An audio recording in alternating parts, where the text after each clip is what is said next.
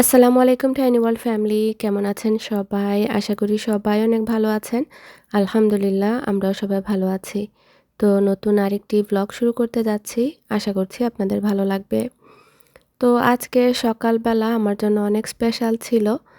আম্মাকে নিয়ে কফি খেতে এসেছি আর এই কফি শপটা আমার খুবই ফেভারিট একটা কফি শপ। এটা পড়েছে আমার বাসার পেছনেই একদম। মানে বলতে গেলে সামার টাইমে হেঁটেই যাওয়া যায়। যদি সকালে হাঁটতে বের হওয়া হয়, মানে একদম হেঁটে, হেঁটেই চলে যাওয়া যায় আরকি এরকম। তো উইন্টার আসার পরে ওইভাবে তো আর যাওয়া হয় না। তো আম্মাকে নিয়ে আসলাম। আজকে বাচ্চারাও স্কুলে এত রিল্যাক্স লাগছিল। আম্মাকে নিয়ে এমনি হয়তোবা দেখা যায় সবাই মিলে আমরা টুকটাক কখনো না কখনো বাইরে খাওয়া হয়েছে। কিন্তু আমি আর আম্মা কখনো ওইভাবে একা বের হওয়ার সুযোগ হয়নি। যেহেতু বাচ্চারা এতদিন মানে আমার সাথে, সাথেই ছিল। ফাইনালি ওরা স্কুলে গিয়েছে। তো যাই হোক, এখন আমার বাসার পাশেই মানে আমার নেইবারহুড থেকে বের হয়ে এখানে একটা লাইটিং এর শপ। চোখের সামনে দেখি সবসময়, কোনোদিন আমার ভেতরে ঢুকে আর দেখা হয়নি। ভাবলাম হাতে একটু সময় ছিল, একটু ঢুঁ মেরে যাই। দেখা যায় কি বাসার পাশে অনেক জিনিস থাকে কিন্তু এক্সপ্লোর করা হয় না। আমার ঘরের পাশেই বলতে গেলে ২ টা স্টোর। আপনাদেরকে নাম দেখিয়ে দিয়েছি, আপনারা গুগল করলেই কিন্তু পেয়ে যাবেন। যারা কিনা বেশি মানে সুন্দর, ইউনিক বা কোয়ালিটি সম্পন্ন লাইটিং খুঁজছেন বাসার জন্য, তারা এখানে এসে একটা ঢুঁ মারতে পারেন। এত সুন্দর করে শোরুমটা সাজানো। বাইরে থেকে আমি আসলে সত্যি কথা বলতে বুঝতেই পারিনি যে এত বড় শোরুম ভেতরে। আর এখানে এমপ্লয়িদের ব্যবহার কি বলবো, এত আন্তরিক, মানে খুবই ভালো লেগেছে আমাদের কাছে। আমাকে বারবার বলছিল যদি কোনো হেল্প লাগে, কোনো প্রশ্ন থাকে আমি যাতে জিজ্ঞেস করি। আর ওদের প্রত্যেকটা লাইটই নাকি কাস্টম মেড। মানে অর্ডার করতে গেলে আপনাকে এটলিস্ট ওদেরকে ১০ থেকে ১৫ দিন সময় দিতে হবে। এইরকম না যে পছন্দ লেগেছে আর আপনি স্টোর থেকে নিয়ে যেতে পারবেন। মানে আগে থেকেই সময় দিতে হবে। এগুলো জাস্ট ডিসপ্লের জন্য ওরা রেখেছে। মেইন প্রোডাক্ট আপনাদের মানে দেখতে হবে। আর ক্রিসমাস উপলক্ষে ওদের এখানে 20% অফ ছিল প্রত্যেকটা আইটেমে। প্রত্যেকটা না, অ্যাকচুয়ালি ওরা বলেছে সিলেক্টিভ কিছু আইটেমে। তো একেকটা আইটেমের দাম দেখে সত্যি কথা মাথা ঘুরছিল। আপনারা যদি প্রাইস দেখতে চান, আমি চেষ্টা করেছি যেগুলো আমার ভালো লেগেছে একটু জুম ইন করে দিতে। মানে একেকটা লাইট মানে সিম্পল লাইট একেকটা $৪,০০০ $৫,০০০। সো $৫,০০০ হলে বাংলাদেশের প্রায় কত হয়? ৬ লাখের মতো এরকম। বাংলাদেশে লাইটিংয়ের দাম কেমন আমাকে একটু কমেন্ট করে জানাবেন। আমার খুবই কিউরিওসিটি লাগছে যে দেশে প্রাইস কেমন? কারণ আমরা সবসময় ভাবি যে দেশে অনেক তুলনামূলক কম। কারণ আমার মনে আছে একবার আমার ফুপু বাংলাদেশ থেকে শ্যান্ডেলিয়ার নিয়ে গিয়েছিলেন ইংল্যান্ডে উনার বাসার জন্য। আর গল্প করছিলেন যে এই সেম শ্যান্ডেলিয়ার উনি মনে হয় তখন মনে হয় ১ লাখ না কত করে কিনেছিলেন। তো বলছিলেন এগুলো ডাবল ট্রিপল প্রাইস ইংল্যান্ডে। তো এখন এটা বড় হয়ে বুঝতে পারছি এগুলো ঠিক। আসলে আমার এরকম লাইটের দোকানে খুব কম যাওয়া পড়েছে। বাসার সামনে রেখেও দেখা যায় যে দরকার লাগে না, তো এজন্য ঘোরাঘুরিও হয় না। আমি সবসময় বলি আমার ভ্লগগুলো আমার যেটা দরকার হয় বা আমার নিডেড, বা আমি যদি মনে করেন ট্রাভেলিংয়ে গিয়েছি কোনো জায়গায় ঘুরতে, তখন আমার ওইভাবে ভ্লগ করা হয়। নয়তোবা ভ্লগের জন্য যে ঘুরে, ঘুরে আপনাদেরকে দেখাবো বা ভ্লগ করব, ওইগুলো আমার ভ্লগিং লাইফে কখনোই সম্ভব হয়নি। আমার লাইফটা এত বিজি মানে যে শুধু ব্লগের জন্য যে কোনো কিছু রেকর্ড করা। আমার খুব আফসোস লাগে সামটাইম যে এই প্ল্যাটফর্মটাকে আমি কাজে লাগাতে পারি না। আপনারা এত ভালোবাসেন, এত ভালোবাসা দেন, তারপরেও বলেন যে আলহামদুলিল্লাহ আপনারা আমার ব্লগ দেখে অনেক ইনফরমেশন পান বা অনেক উপকৃত হন। জানি না কতটুকু উপকার করতে পারি, বাট আমি যেটা বললাম আমার খুব ইচ্ছা হয় যে ওইরকম ইনফরমেটিভ ব্লগ বানাতে বা কোনো জায়গা নতুন কোনো ইনফরমেশন পেলে আপনাদের সাথে শেয়ার করতে। যেহেতু আমি একজন গৃহিণী প্লাস ৩ টা বাচ্চার মা, আমার অনেক দায়িত্ব, অনেক মানে দৌড়ের উপরে দিন যায়। তো যে শুধু ভ্লগ করব বা ভ্লগের জন্য দৌড়াদৌড়ি করব এটা তো পসিবল হয়ে ওঠে না। যেহেতু এটা লাইফস্টাইল ভ্লগ, তো আমার লাইফস্টাইলের মধ্যে যেইটা পড়ে বা আমি যেটা করছি বা ওই সময় যদি কোনো দরকারি জিনিস আপনাদের কাজে লেগে যায়, তখন আমি সেটা খুব খুশি লাগে, আসলে ব্লেসড ফিল করি। তবে সবসময় চেষ্টা করি, আমার একটা চেষ্টা থাকে যাতে আমার ভ্লগগুলোতে যেইটাই হোক ছোটখাটো ইনফরমেশন আপনাদের সাথে শেয়ার করা। তো এই লাইটগুলো আপনারা দেখতে পাচ্ছেন আমি কিন্তু চেষ্টা করেছি প্রত্যেকটার প্রাইস দিতে, আর এক একটা সেকশনে ওরা খুব নাইস করে থিম অনুযায়ী রেখেছে যাতে করে কনফিউজ হয়ে না যাওয়া যায়। যেমন এই পাশটাতে black and white and gold এই থিমটা রেখেছে। আবার এইগুলো আমার আসলে টিপিক্যাল যে ক্রিস্টালের শ্যান্ডেলিয়ার এগুলো থেকে এই রকমের ইউনিক টাইপের ভালো লাগে, কারণ ওইগুলোতে মনে হয় ডাস্টও পড়ে বা খুবই কমন লাগে। আসলে একেকজনের পছন্দ একেক রকম, বলছি না ওইগুলো খারাপ, বাট আমার আর কি দেখতে আর কি এগুলো ইউনিক লাগে। যদিও বা আমার নিজের ডাইনিং টেবিলে আমি ক্রিস্টাল লাগিয়েছি, ভালো লাগে, খারাপ লাগে না এরকম না, বাট এগুলো আর কি দেখতে বেশি ইউনিক লাগে। যেমন এই লম্বা যে গোল্ডেন কালার যেটা, সেটা দেখতে খুবই ভালো লাগছিল ফয়ার এরিয়ার জন্য। আর এই রাউন্ড বলগুলো তো মাঝখানে, এগুলো মনে হয় 2017-18 দিকে খুবই পপুলার ছিল। আর এই শোরুমটা এত বড়, এই পাশটাতে কিচেন ক্যাবিনেট আর কি পুরাটা আপনি এখানে ডিজাইন করতে পারবেন নিজের মতো করে, কাস্টমাইজ করে আর কি, ফ্লোরিং থেকে শুরু করে এভরি সিঙ্গল থিং। তো এখানে আমি এক্সপেন্সিভ মানে কত $1000 পর্যন্ত, $25,000-30,000-এরও শ্যান্ডেলিয়ার দেখেছি। তো এগুলো ম্যানশন বা বড় বড় বাসা হলে এগুলোতে আসলে মানুষ অনেক শখ করে লাগায়। কারণ আমার কাছে মনে হয় যে কোনো বাসার সৌন্দর্য ফুটে ওঠে তার লাইটিংয়ের উপরে, বা আপনার ডেকোরেশনের সাথে পছন্দ করে যদি আম মিল করে আর কি যদি লাইটগুলো লাগান তখন সেটা অন্যরকম সুন্দর লাগে। তো এরপরে আমার স্কেচার্সে একটু দরকার ছিল, তারপরে স্কেচার্সে গেলাম, আম্মাও চলে যাবেন তো তাড়াহুড়া করছিলাম। তো এখানে হচ্ছে আপনার আলটাতে এসেছি, আমার হচ্ছে ফেস ওয়াশ শেষ হয়ে গিয়েছে, তো আমার ভালো লাগে নতুন ফেস ওয়াশ ট্রাই করতে। আসসালামু আলাইকুম। ঘড়িতে বাজে সকাল 9টা। পালাক স্কুলে গেল। আজরাকে আজকে স্কুলে দেইনি, কারণ ওর হচ্ছে হাফ ডে আর হচ্ছে প্যারেন্ট টিচার মিটিং। বাইরে অসম্ভব ঠান্ডা, এই ঠান্ডার মধ্যে হাফ ডের জন্য দিয়ে ওয়ার্থেড না, কারণ আবার এসে আবার যেতে হবে, আনতে হবে। সো ওকে বাসায় রেখেছি। আর আমার খুব ইচ্ছে করছে আজ কয়দিন ধরে দেশে যে তুষার সিন্নি থাকে সেই তুষার সিন্নি খাবো ইয়ে দিয়ে, কি বলে, বাটার বন দিয়ে, বনরুটি দিয়ে। ওমা, সো বনরুটি নিয়ে এসেছি। বনরুটি এমনিতেই বাচ্চারা অন্যান্য জিনিস দিয়ে খেয়ে ফেলছে, 4টা রয়েছে, ভাবলাম করে ফেলি ঝটপট। এখানে ঘি দিয়ে দিয়েছি, আর এই বাঘাবাড়ি স্পেশাল গাওয়া ঘি অনিল ঘোষের, এটা আমার ফেভারেট। যারা আমার ব্লগ দেখেন তারা জানেন আমি একটা সময় হাতে ঘি বানাতাম, মানে ঘরে ঘি বানাতাম, এখন আর আমার বানানো লাগে না এটা পাওয়ার পর থেকে। আমি একটু তেলও দিব এখানে, ঘি আর তেল মিক্স করে। আমি তেলও দিয়ে দিয়েছি এখানে, আর একটু ঘি দিচ্ছি, কারণ এগুলোতে ময়দা আর তেলের পরিমাণ সেম অ্যামাউন্টে দিতে হয়। আমি অল্প করে করছি যাতে করে ঝামেলা কম হয়। আর চিনি শিরাটা রেডি করে নিয়েছি, দারচিনি, এলাচি আর চিনি দিয়ে পাতলা একটা শিরা হবে। তো এখানে আমি ময়দাটা দিয়ে দিলাম, 1 কাপ ময়দা দিয়ে করব। দেখছে না, মানে ময়দা যতটুকু তেল ততটুকু, বাট আমি সবসময় তেলটা কম দেই, কারণ এত তেল মনে হয় যে মানে দরকার নাই, হয়ে যায় আসলে, কম তেলেও হয়ে যায়।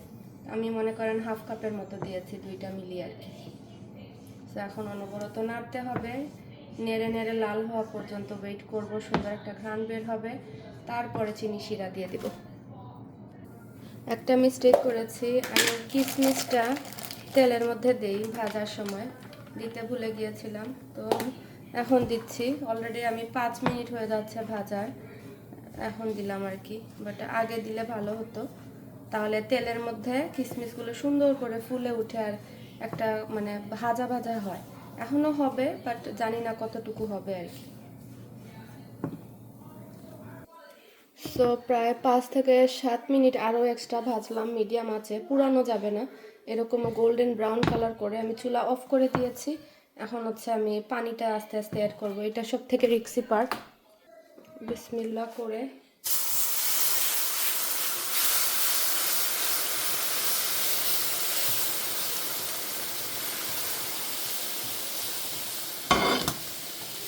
অল্প করে করলে আসলে ভয় লাগে না। দেশে থাকতে আব্বা খুব ভয় পেতেন, বাবুর্চি যখন পানি ঢালতো ভয়ে আব্বা চিৎকার দিতেন যে মুখে ছিটকে পড়বে এরকম। আব্বাই নাড়াচাড়া করতেন, বাবুর্চির সাথে থাকতো।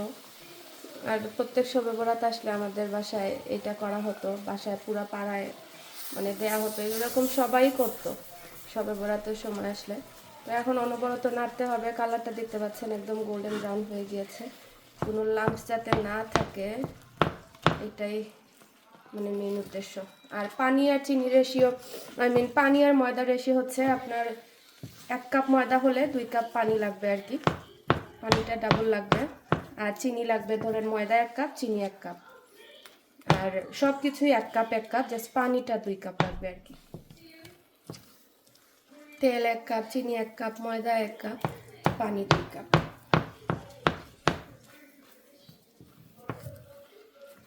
এখন হচ্ছে নাড়ার পালা। তো আমি নাড়তে নাড়তে একদম স্মুথ বানিয়ে ফেলেছি। আর আরেকটু ভাজলে হয়তো বা ডার্ক কালার আসতো। আমার কাছে ডার্ক কালার তুষারসিনী বা ময়দার হালুয়া খুবই ভালো লাগে, বাট আজকে ওই রকম ডার্ক কালার আসেনি। আসলে আমি যেহেতু সকালবেলা তাড়াহুড়া করছিলাম আর আসলে ঘুম থেকে উঠে ওইভাবে কাজ করতেও ভালো লাগে না, তারপরও যেহেতু ক্রেভ হচ্ছিল এই জন্যই বানিয়ে খাওয়া।